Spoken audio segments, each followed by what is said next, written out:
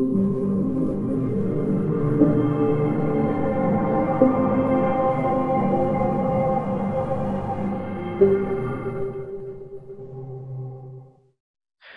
my dear friends and students. আজি মই এই ভিডিঅ'টোত ক্লাছ 10 মেথছৰ চেপ্টাৰ 14ৰ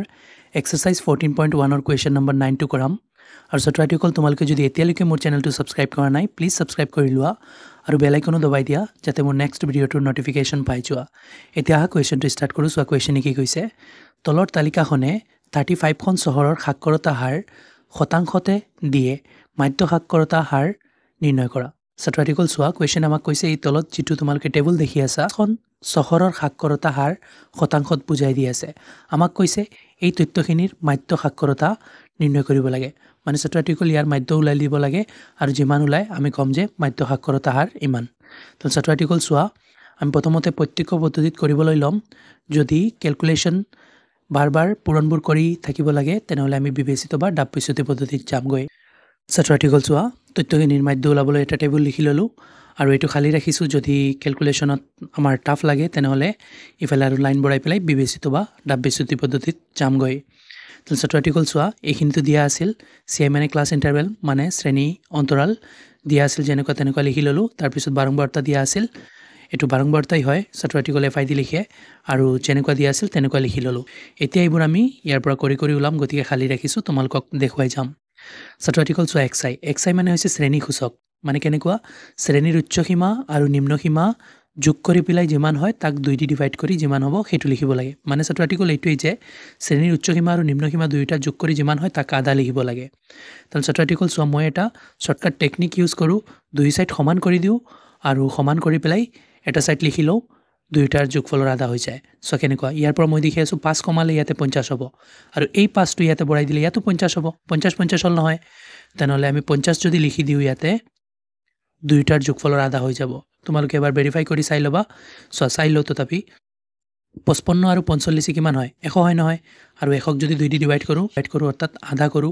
100ৰ আধা 50 হ'ব নহয় তেনেহলে এনেকুৱা এই টেকনিক্যালি হৈ যায় সো ইয়াতো এনেকুৱা 5 কমাই দিলে 60 এই 5টো ইয়াতে বঢ়াই দিলে ইয়াতো 55 আছে 60 হৈ যাব তেনেহলে দুইটাৰ যোগফল আধাও কিমান হ'ব 60 হ'ব ইয়াতো এনেকুৱা 70 হৈ যাব 5 কমালে ইয়াতো 5 বঢ়াই দিলে 70 তেনেহলে যোগফল আধাও 70 হ'ব ইয়াৰ পৰা 5 কমালে 80 এই 5টো ইয়াতে বঢ়াই দিলে ইয়াতো 80 তেনেহলে আমি 80 লিখি দিম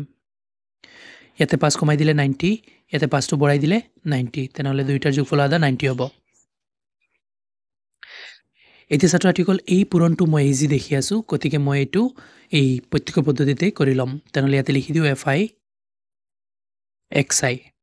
ছাত্ৰছাত্ৰীসকল চোৱা কিমান ইজি হয় 5 3 গুণ 15 লিখিলো কিন্তু ইয়াতে 5 নাছিল 50 আছিল গতিকে শূন্য এটা লাগিব আমি মুখে মুখে যিবোৰ পূৰণ কৰিব পাৰো সেইবোৰ ইজি বুলি কও সো x 6 গুণ 6 ইয়াতে এটা শূন্য তাতো এটা শূন্য দুটা শূন্য হৈ গৈছে 600 হৈ গৈছে 7 11 77 কিন্তু ইয়াতে 7 নাছিল 70 আছিল গতিকে আৰু এটা শূন্য হ'ব 8 8 গুণ 64 64 তাৰপিছত ইয়াতে 8 নাছিল 80 আছিল গতিকে শূন্য এটা বাঢ়িব 3 9 গুণ 27 9 নাছিল 90 আছিল গতিকে শূন্য এটা বাঢ়িব এতিয়া ছাত্ৰছাত্ৰীসকল প্ৰত্যক্ষ পদ্ধতিত কৰিম গতিকে FI আৰু FI xi ৰ আমাৰ যোগফল লাগিব সো ছাত্ৰছাত্ৰীসকল FI যোগফল লাগিব গতিকে মই লিখি দিলো সিগমা FI মানে যোগফল FI এতিয়া যোগ কৰি আছো সো একক এককৰ লগত যোগ কৰিম 3 আৰু 1 4 4 আৰু 8 12 13 14 15 15 ৰ 5 হাতত থাকিল 1 দহকৰ স্থান সো এতিয়া 1 2 আৰু 8 ৰ 1 3 35 এতিয়া আৰু FI xi যোগফল লাগিব গতিকে আমি লিখি লম সিগমা FI xi সো একক এককৰ লগত যোগ কৰি আছো সবৰ এককৰ স্থানত শূন্য গতিকে শূন্যই হ'ব এটা দহকৰ লগত সো 5 আৰু 7 12 12 আৰু 4 16 16 আৰু 7 23 23ৰ 3 হাতত থাকিল 2 এতিয়া শতক চোৱা 1 6 7 7 7 14 14 আৰু 6 20 20 আৰু 2 22 আৰু হাতত আছিল কিমান 2 22 আৰু 2 কিমান হৈ গৈছে 24 হৈ গৈছে ছাত্ৰছাত্ৰীসকল এইখিনি যোগ কৰি পেলাই আমি 2430 পাই গলো এতিয়া আমি প্ৰত্যক্ষ পদ্ধতিত মাধ্য ওলাই আছো চোৱা সো একেবাৰে ইজি পদ্ধতি হয় ওপৰত এইটো বহুৱাব লাগে এইটো তলত মানে সিগমা FI xi ওপৰত আৰু সিগমা fi তলত এতিয়া ইহঁতৰ ভ্যালু পুট কৰি দিম আৰু ক্যালকুলেট কৰি লম সাবট্ৰেক্টিকল চোৱা fi x এৰ ভ্যালু কিমান আছিল সিগমা fi x এৰ ভ্যালু আছিল 2430 2430 আৰু সিগমা fi এৰ ভ্যালু হৈছে কিমান 35 সাবট্ৰেক্টিকল এটো কাটি আছে গতিকে কাটি লও তাৰ পিছত যেতিয়ালৈকে না কাটে তেতিয়া আমি হৰণ কৰি দিম সো সাবট্ৰেক্টিকল শূন্য আছে মানে পাছেৰে যাব আৰু তলত 5 আছে মানে পাছেৰে যাব 5 7 গুণ 35 5 দি 24 কেইবাৰ 5 4 গুণ 20 তাকিল কিমান 24 4 4 আৰু 0 43 43 কেইবাৰ 5 8 গুণ 40 43 তাকিল 3 3 আৰু 0 30 5 6 গুণ 30 এতিয়া আৰু না যায়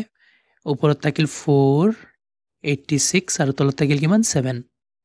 7 ডে টু হৰণ কৰিম যি হয় হেতু হ'ব আমাৰ ফাইনাল আনসাৰ হৰণটো কৰি আছো সোৱা 7 ডে কৰিব লাগে গতিকে 7 বাহিৰত আৰু 486 ক কৰিব লাগে 486 টু ভিতৰত সাবট্ৰেক্টিকল সোৱা 4 না যায় 7 48 ললো 7 5 গুণ 35 7 6 গুণ 42 6 বাৰ গৈছে 7 6 গুণ কিমান হৈছে 42 হৈছে নামিল কিমান 8 ৰ পৰা 2 গলে 6 আৰু 6 4 পৰা 4 গলে 0 সমহত নবহে নহলে 6 টু নমাই দিও এতিয়া 7 9 গুণ 63 হয় 7 9 গুণ 63 63 নামিল কিমান 3 6 পৰা 3 গলে 3 6 পৰা 6 গলে 0 সমহত নবহে আৰু সাবট্ৰেক্টিকল নমুৱাৰ নাই গতিকে পইণ্ট বহুৱাই পেলাই 0 নমাই দিছো এতিয়া 7 4 গুণ হয় কিমান 28 28 তে নামিব কিমান 30 পৰা 28 গলে 2 নামিব পইণ্ট বহুৱা আছে 0 নামি থাকিব 7 দি 20 কেইবাৰ 7 2 গুণ 14 হয় এতিয়া 20 পৰা 14 গলে আকৌ 6 আহিছে 60 হ'ব সাবট্ৰেক্টিকল এতিয়া ইফালে বাঢ়ি বাঢ়ি যাব তেনেহলে মই এটা কাম কৰো এই ইফালে নবঢ়াই পেলাই লাষ্টৰ 2 টুক মই 3 বনাই দিও সাবট্ৰেক্টিকল আমি পইণ্টৰ পিছত 2 গড় লোৱাৰ পিছত এনেকুৱা কৰো 2 নম্বৰ গড়টোক এক বঢ়াই লিখি দিও তো সাবট্ৰেক্টিকল সো এইটো হৰণ কৰি কিমান পালো 69.43 সো সাবট্ৰেক্টিকল উলাই দিছো মাধ্য কোৱেশ্যনে দিয়া তথ্যখিনিৰ আৰু কোৱেশ্যনে কৈছিল যে মাধ্য সাক্ষৰতা হাৰ নিৰ্ণয় কৰা তেনেহলে যি উলাইছে এইটোৰ লগত আমি লিখি দিও যে মাধ্য সাক্ষৰতা হাৰ হল এই 69.43 সো সাবট্ৰেক্টিকল লিখি লৈছো মাধ্য সাক্ষৰতা হাৰ হল 69.43 এটা সাবট্ৰেক্টিকল ইয়াতে অংকটো সমাপ্ত হৈছে আশা কৰো তোমালোকে ভালদৰে বুজিব পাৰিছা আৰু বুজাত যদি কোনো ধৰণৰ অসুবিধা হয় মোক কমেন্টত জনাবা ভিডিওটো ভাল লাগিলে লাইক এণ্ড শেয়াৰ কৰিবা চেনেলটো সাবস্ক্ৰাইব কৰি দিবা থ্যাংক ইউ